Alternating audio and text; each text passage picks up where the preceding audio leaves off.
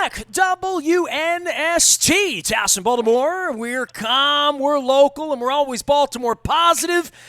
And we just might have baseball coming up. My wife and I celebrate our 17th wedding anniversary next weekend.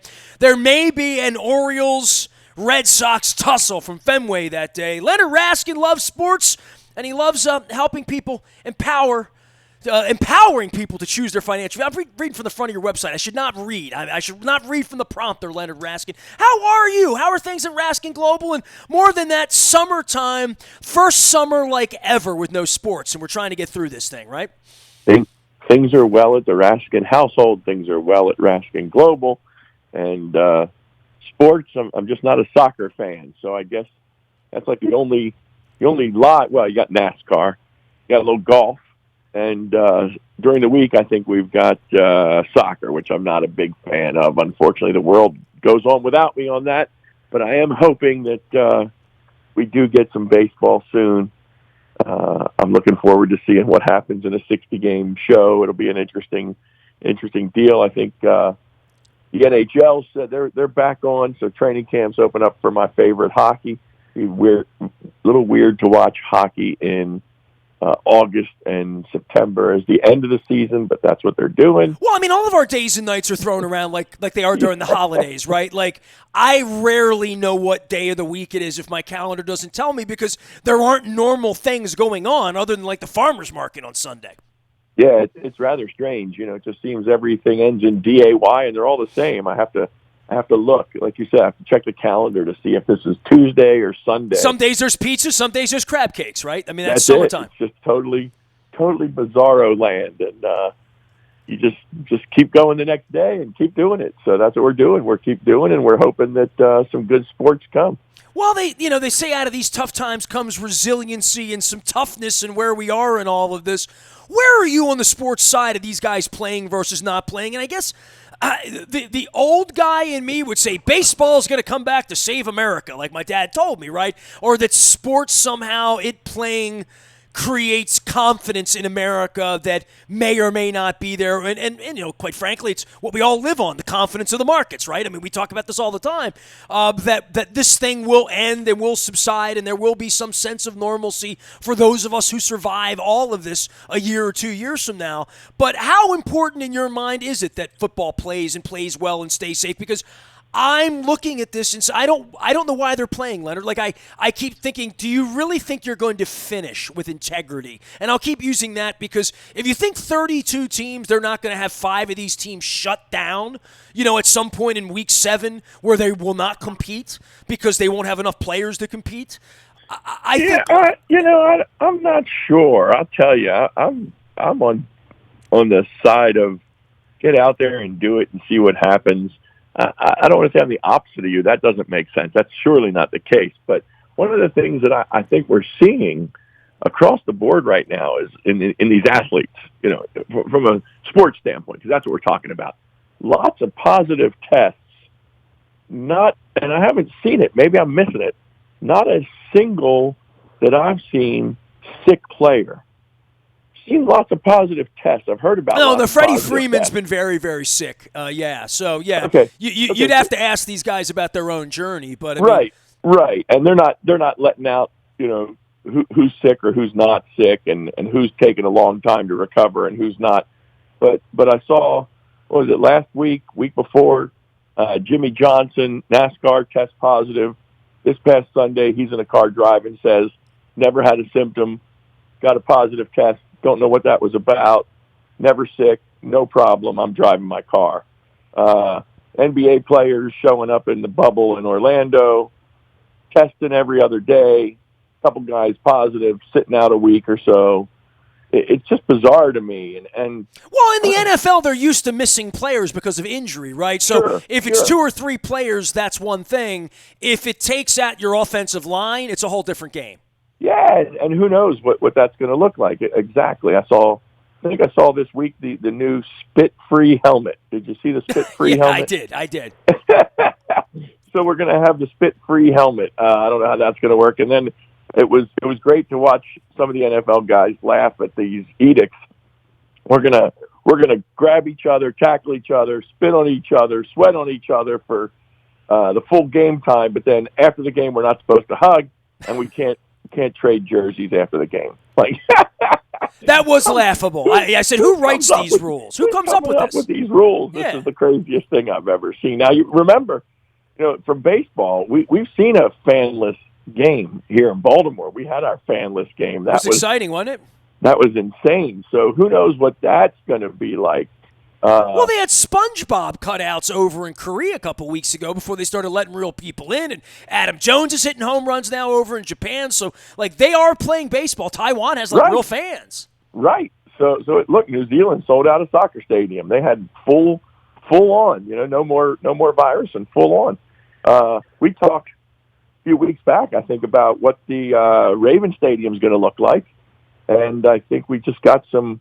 We've gotten some recent email talking about what it's going to look like. By the way, people were shocked by that. Why would you be shocked that on July 15th the Ravens are saying we can only have 12,000 people in our stadium or whatever the number is going to be? I personally think they did a really good job on that. I thought it was well handled. I got to give them credit. They didn't. You're not going into a lottery. You're not having to make a decision of whether or not you want to go to the games or you didn't get to go to the game you wanted to go to. I think they did a really good job. It might be a little early, but rather early than late. I think they've set up a good system, offering season ticket holders their funds back and offering them the chance to have some priority and go to the games. And every company's going to need to be fair with their customers at this point, right? This is where the bank is with me with a PPP. And I think all of us, these restaurants that say, hey, we're open, but don't expect the same service because we don't have the same staff.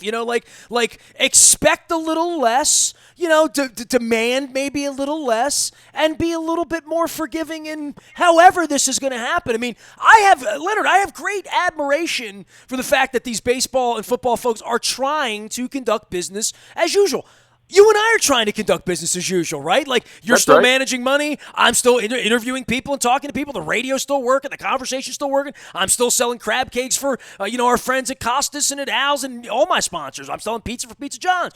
That's right. But to your statement of a bit earlier, relative to confidence, I think it's huge. I don't think it's a post 9/11 where the Yankees are going to come out and Bush is going to come out and throw out the first pitch and we're going to have a rah-rah. But I do think that more and more, as you asked, as sports come online and people see that it's possible to carry on that part of life, that maybe it's a little more possible for me to get out of my cocoon and things have turned a little bit of a corner and we're moving in the right direction. I think the other thing that's going to have a big bearing on that, again, not what we necessarily talk about. I think the other side of this coin is school. People are kind of concerned or living in a world where they say, I don't know if my kid's going to go back to school or if my kid's going to go to school or what school's going to look like. How am I going to do daycare? How am I not going to do daycare? I think sports and schools are coming together all about the same time. This August time period that's going to be real interesting to see where we go forward, whether it's full shutdown mode till who knows what. Or you and I have a half a century where this is sort of like our body clocks say it's end of August. Kids go back to school. The leaves change. The beach shuts down. That's the way we've lived our lives, all of our lives. So I think we do look to September 1st and Labor Day as being the end of something and the beginning of the next thing, right? And we're not going to have that normalcy. We're just not, right? Nothing's normal. That's the fact. There's nothing normal about it. And the question becomes, as you asked, relative to confidence, the markets are certainly seeing that things are opening and moving and that it looks like things are hopping back and the economy is turning a corner. And there are a lot of companies and governments looking at cures and not necessarily cures, vaccines and not necessarily vaccines, but treatments. And every time something positive comes out of that side of the world, boy, everything else looks better. And the market's with it. And I see more people are flying and more people are getting out and doing. And I think that's good for all of us.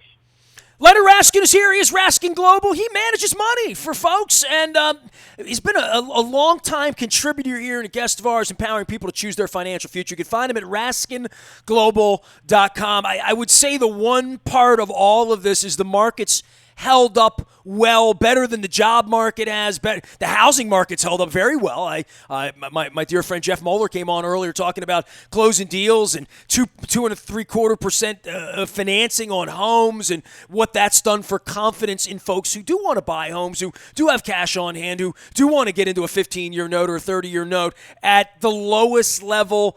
Like, I don't know. Ever. Yeah, I mean, my dad left the planet in 1992. If he would have come back and I told him you can get money at 2 3/4 on a home, that's just unheard of, right? Ever. Yeah. The 30-year mortgage has been around about 55 years, almost, as long as I've been around.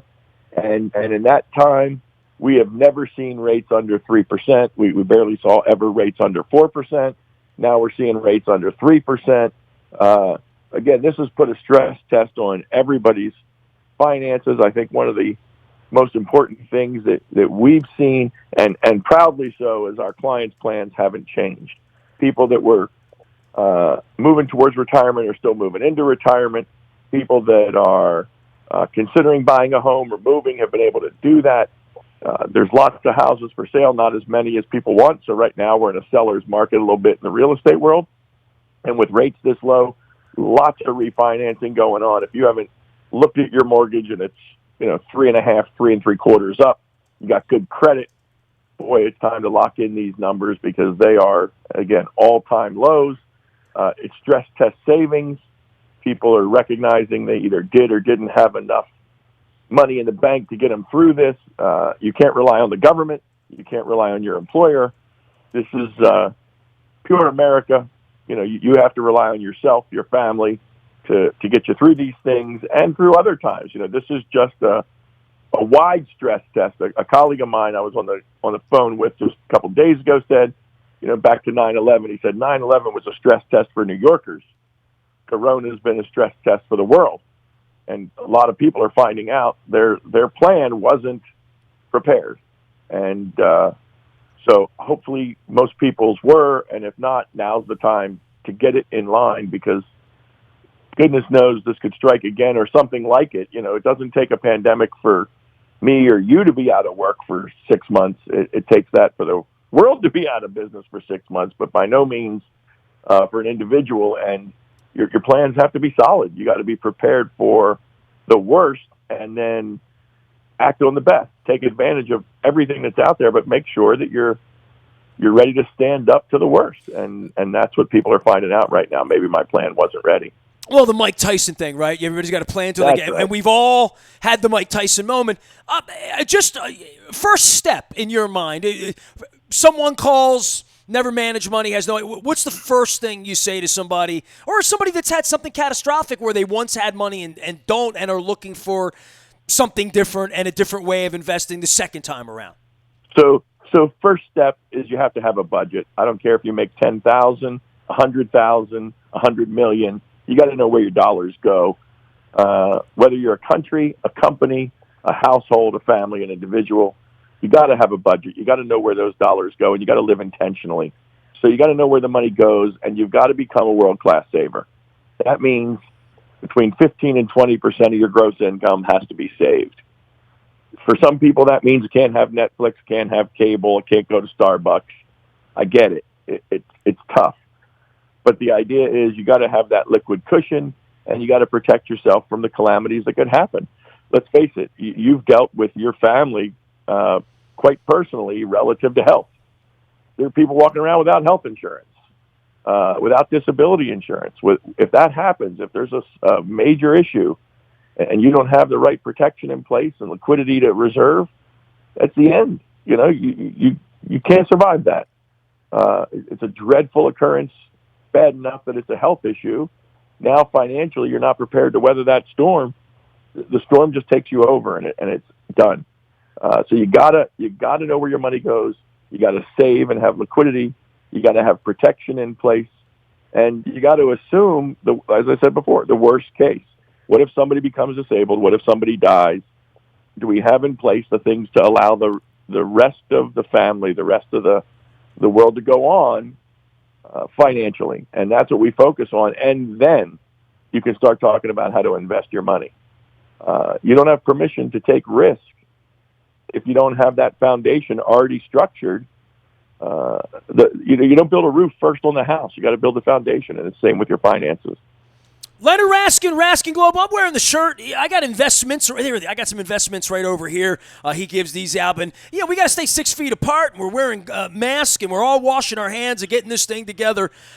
Baseball on television with no fans. I mean, I know you're more about the hockey, right? And hockey will be nice, and they'll play that every couple of days. But the baseball thing in August, in summer, next weekend's my anniversary. There's a rumor the Orioles are going to be playing at Fenway Park, right? They get a pumping sound. It's going to be interesting to see what they concoct and what they come up with, because, Leonard, the last time I went to Oriole Park was this time last summer, and they had a Christmas in July thing in the outfield, and they were blowing bubbles and fake snowflakes at a Padres game. And then the next night was Star Wars night, and they didn't milk the cows, but it was everything. But the gimmicks and the Bill Veckiness of baseball and all of that, and whatever they're going to come up with for these 60 games. I mean, the whole thing is a little bit of a circus, right? Like, the pitchers aren't ready to pitch. The players aren't in. Some of the players are saying, I don't want to play. It's the Roger Dorn. The rich players are saying, I don't want any part of this for 60 games. Nick Markakis says, I don't want to play baseball in front of no one. That's not what I do. That's all Nick's going to sit out. That's kind of wild. Yeah. So, I mean, everybody has a decision to make, but then they're going to put on a baseball. They're going to sanction this, right? And this is where I go back to the beginning. I'm sorry?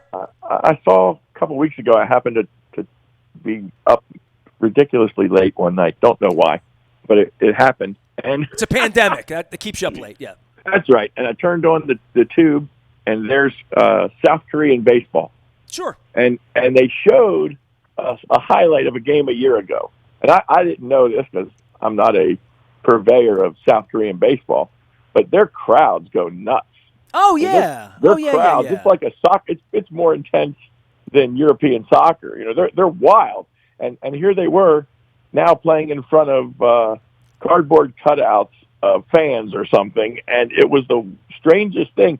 But they were playing baseball. They were getting it going, and they were playing ball, and it wasn't terrible. It was baseball, and I'm thinking, okay, if they can pull that off, I guess they could pull that off in Fenway and at Yankee Stadium and here at the Yard. I'm sure they can do that. It'll be different. It'll be strange. These players that are opting out, I think that's kind of wild. You just get to not play if you don't want to play. It's rather bizarre, but I think there'll be something on the field. And I mean, on TV, what's the difference, right? I guess on TV, it's TV. You're not there, so who cares? Well, we're going to find out, and we're going to see what the product is and whether Jim Hunter and Rick Dempsey are broadcasting from a studio. Who knows? I mean, the same thing for the sounds of the game when the ball hits. Did you see where the Oakland A's were selling cutouts, and if a foul ball hits you, they mail you the baseball? Did you see that one? That's the craziest thing. I mean, are you sending in the fathead, the Nestor fathead? I mean, what is that? They would make a fat head of you. You would have a seat. If the ball hits you, they send you the baseball. I mean, that's a Bill Veck promotion, right? I mean, that's one short of Eddie Goodell for me. Better you get a cut out of the baseball than you blow up your disco records. And have the police show up and wreck the field and all of that stuff. Hey, man, appreciate you as always. It's always good to visit. Give the entree for everybody to find you if they're looking to invest their money or just argue about sports. There you go. Facebook.com/Raskin Global. They can find us there. LinkedIn.com/Raskin Global. They can find us there. Info at Raskin Global if they want to get in touch, and we're happy to reach back out. And we offer anybody that wants to talk to us a free hour to go over just the basics of what they have going on, answer any pressing financial question, take a second set of eyes on their financial situation and say, hey, this is a problem you need to address, or this is how we would proceed. Well, and your take a website has a 3 hour. hell of a resource center too. I mean, whether it's insurance, money, retirement, taxes, tax. I mean, a lot of your best advice, quite frankly, is sitting right here, right? Absolutely. So anything that you want to talk about your money, we're happy to give a free hour, and then after that we start the ticker. So use us if you want us. You can find us all over the web, and we're right here in Hunt Valley, and we're just starting to reopen and see live people in person, not just everything virtual.